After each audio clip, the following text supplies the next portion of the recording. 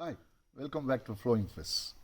2023 விடுதலை, அதாவது வெற்றிமாறனோட ஒரு வெற்றி படம். அந்த கதையோட ஜஸ்ட் ஒரு ப்ரீஃபாக ஒரு கர்டன் ரைசர் மாதிரி நம்ம பார்க்கணுன்னா அது ஒரு மிகப்பெரிய வெற்றி படம். அது முதல்ல ஒரு மென்ஷனபிள் ஃபேக்ட்டு. அந்த படத்தோட கதைக்கரு ஹில் ஸ்டேஷனில், அதாவது கேபிட்டலிஸ்ட் அவங்க ஆதிக்கம் செலுத்துகிறாங்க. போலீஸும் பொலிட்டீஷியன்ஸும் அவங்களோட நெக்ஸஸை ஹேண்ட் இன் க்ளோவாக செயல்படுறாங்க. அங்கே இருக்கிற நேட்டிவ் ட்ரைப்ஸ் கஷ்டப்படுறாங்க. ஸோ அதில் ஒரு புரட்சிகரமான கருத்து கொண்டு அவங்க அவங்களுக்கு பாதிப்பு ஏற்படுறதுங்கிறத உணர்ந்து எதிர்ப்பு தெரிவிக்கும் போது the powers that be both the police as well as அந்த அதர் பொலிட்டிக்கல் நெக்ஸஸ் அவங்க பவர்ஸில் இருக்கவங்கெல்லாம் சேர்ந்து அவங்கள ஒடுக்குறாங்க.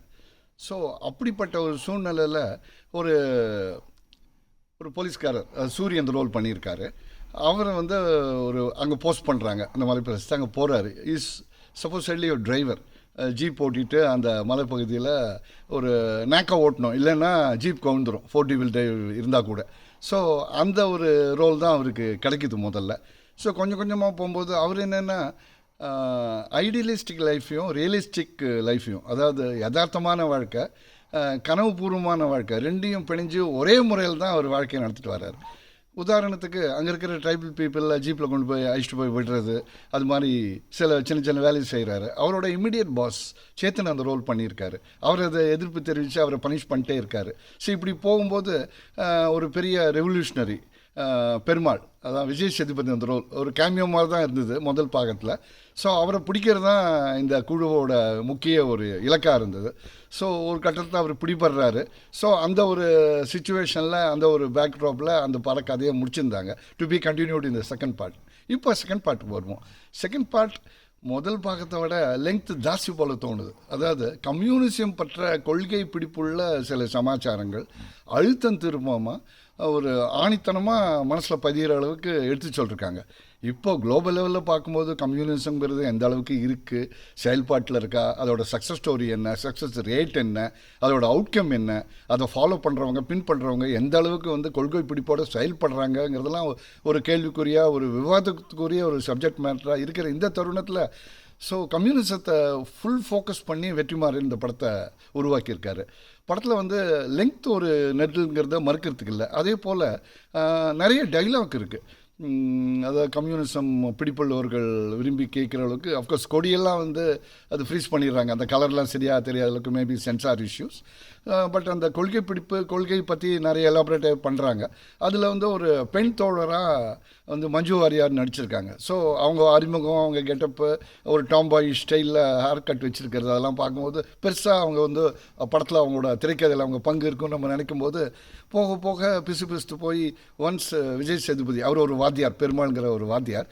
இவங்க ஒரு பெரிய கேபிட்டலிஸ்டோட பொண்ணு இருந்தாலும் அந்த குடும்பத்திலேயே அவங்க எதிர்ப்பு தெரிவித்து தொழிலாளர்களோட நிற்கிறாங்க துணையாக. ஸோ அப்படி போகும்போது திடீர்னு ஹர் கேரக்டர் கெட்ஸ் டைல்யூட்டட்.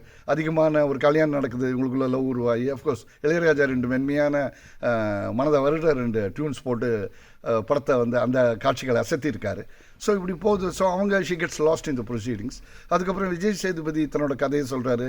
எப்படி ஒரு நார்மல் ஒரு வாத்தியாராக இருந்த ஒரு தளத்துலேருந்து எப்படி ஒரு ரெவல்யூஷனரியாக புரட்சியாளராக மாறினார், போலீஸ்க்கு எதிராக எப்படி செயல்பாட்டில் இறங்கினார், அப்படி அதை பற்றி ஒரு ஃப்ளாஷ்பேக்.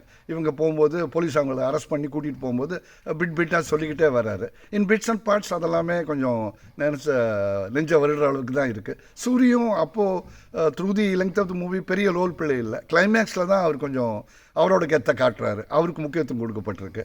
ஸோ அந்த இறுதிக்கட்ட காட்சியில் டைரக்டர் தமிழ் இவரை கேப்சர் பண்ணக்கூடிய ஒரு காப்பாக வராரு. ராகவேந்திரங்கிற கதாபாத்திரத்தில் சேட்டன் நல்லா பண்ணியிருக்காரு. பட் ஒன் ட்ராக்காக இருக்குது அவரோட ஸ்டோரி பொறுத்த வரைக்கும். ஸோ படத்தோட எண்டு பார்க்கும்போது அந்த லீடு பார்ட் 3 இருக்குமோ.